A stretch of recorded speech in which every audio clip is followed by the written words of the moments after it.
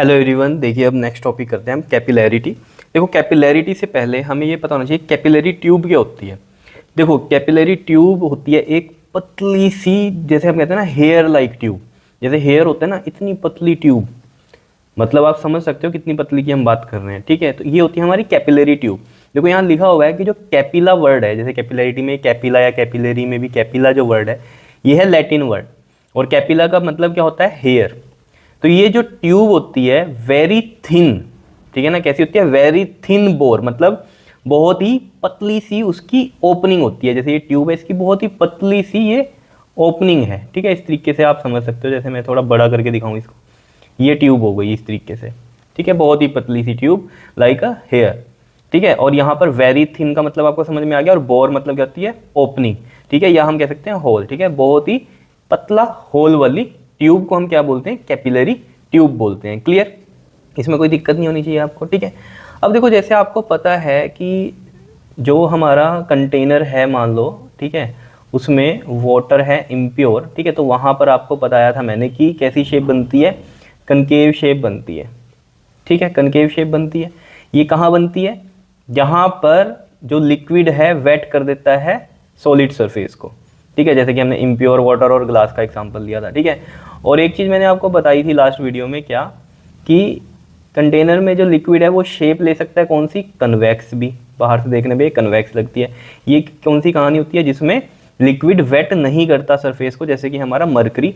जैसे मान लो ये कंटेनर ग्लास का है, तो मरकरी और ग्लास में क्या होता है हमारा वेट नहीं होता, तो इसमें कन्वेक्स शेप बनती है। ठीक है, अब इसमें एक और बात आप ऐड कर लेना कि जहाँ पर सरफेस वेट होता है कनकेव शेप तो बनती है, साथ में अगर कैपिलरी ट्यूब हम इसमें डालेंगे तो वो क्या करेगा, उसमें राइज कर जाएगा। क्या करता है, उसमें राइज कर जाएगा। क्लियर है इतनी बात, कैपिलरी ट्यूब में राइज करेगा, और वो कैपिलरी ट्यूब के अंदर भी कैसी शेप बनाएगा, कनकेव शेप बनाएगा और राइज करेगा। ये बात याद रखना, जो सरफेस वेट करता है। ठीक है, दूसरा अगर हम बात करें ये कन्वेक्स सरफेस की, जिसमें कि लिक्विड वेट नहीं करता सॉलिड सरफेस को, तो इस केस में क्या होता है, इस केस में डिप्रेस होता है। अगर कैपिलरी ट्यूब हम डालेंगे तो डिप्रेस होगा, मतलब कि वो ऊपर राइज करने की बजाय, जैसे यहाँ पर ये देखो आप, जैसे ये एक लेवल है इसका, ठीक है, मरकरी का एक लेवल हो गया ये। ठीक है, तो अब कैपिलरी ट्यूब डाली तो इसमें क्या हो रहा है, ये अंदर कन्वेक्स शेप बना रहा है लेकिन डिप्रेस हो रहा है, मतलब अब इसमें क्या है, ये ऊपर राइज नहीं कर रहा, नीचे ही हो रहा है।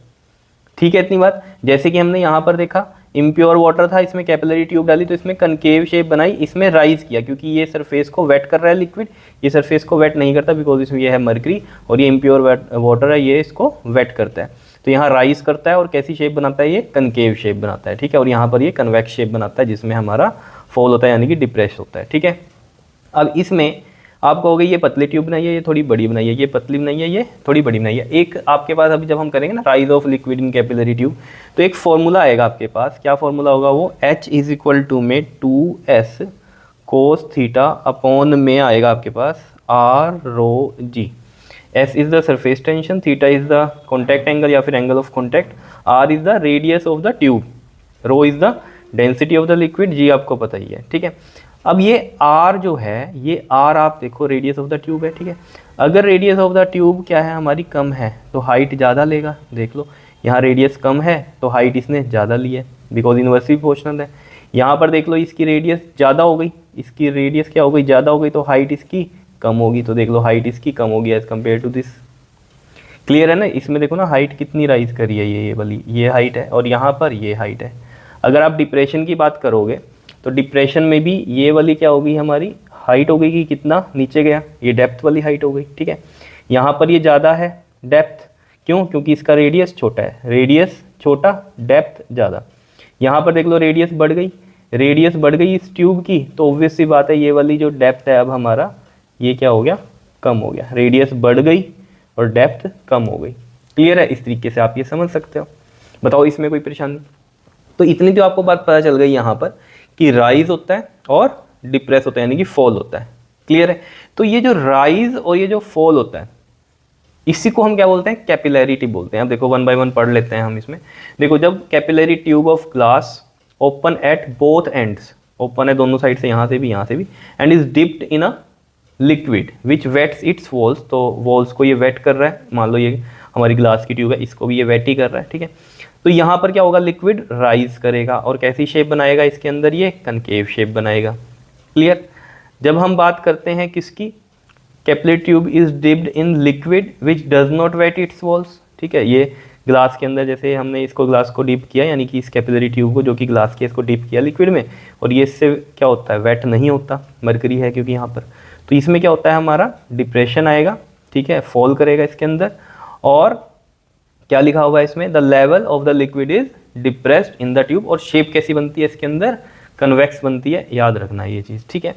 तो ये जो फिनोमिना है राइज और फॉल ऑफ अ लिक्विड का in capillary tube in comparison to the surrounding, surrounding मतलब क्या, ये इसका लेवल ये है, यहाँ राइज कर गया, इसका लेवल ये है, यहाँ पर ये फॉल कर गया, ठीक है। तो इसी को हम क्या बोलते हैं, कैपिलैरिटी बोलते हैं। क्लियर है, इतनी बात समझ में आ गई होगी, ठीक है।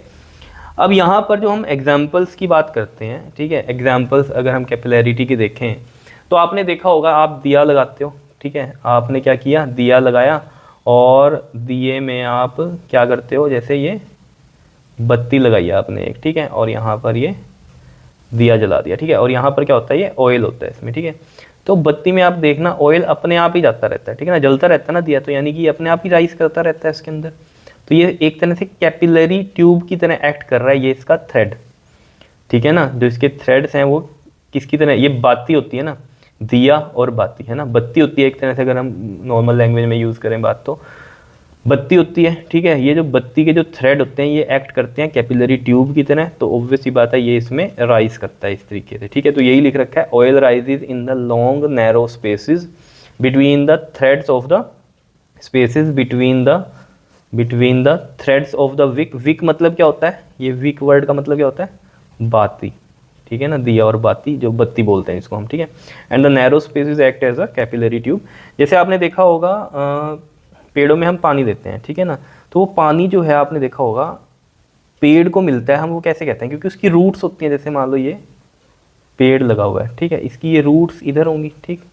अब ये पानी जब हमने डाला तो वो इसकी रूट्स में जाता है, रूट्स के बाद वो सीधा इसकी लीव्स में, ठीक है, इस तरीके से लीव्स में और जो है पूरी पूरी ब्रांचेस में जाता है पानी, ठीक है। तो वो किस तरीके से गया, इसकी जो ये रूट्स हैं क्या कैसे एक्ट कर रही हैं, कैपिलरी ट्यूब की तरह पानी राइज करेगा ऊपर इस तरीके से, ठीक है। तो ये जो लिखा हुआ है ना सैप राइजेस मतलब सैप राइजेस का मतलब क्या होता है, फिनोमिना होता है कि वाटर राइज करता है ना जब पेड़ों में, तो उसको टर्म दे दी sap rises from the roots of a plant to its leaves and the branches due to the capillarity action. Obvious ही बात है, तो इसमें भी ये राइज का कारण क्या है, यही जैसे कि हमने बोला कि उसके नैरो बहुत पतली सी होती है ना रूट्स, तो यहाँ से ये क्या करता है, राइज करेगा, जितनी इसलिए तो पतली पतली होती हैं वो रूट्स। अब आपने अगर देखा हो कभी पेड़, उसको निकाला हो कहीं और लगाया हो, तो आपने देखा होगा उसकी रूट्स में बहुत ही पतली पतली सी होती हैं, वो उसी की वजह से तो वाटर क्या ऊपर राइज करता है, क्योंकि वो कैपिलरी ट्यूब की तरह एक्ट कर रही है, ठीक है। तो ये चीज़ समझ में आई आपको कैपिलैरिटी में कि कैपिलरी ट्यूब क्या है, बहुत पतली सी होती है लाइक अ हेयर, ठीक है। और ये बोर का मतलब यहाँ क्या था, होल या ओपनिंग होती है पतली सी,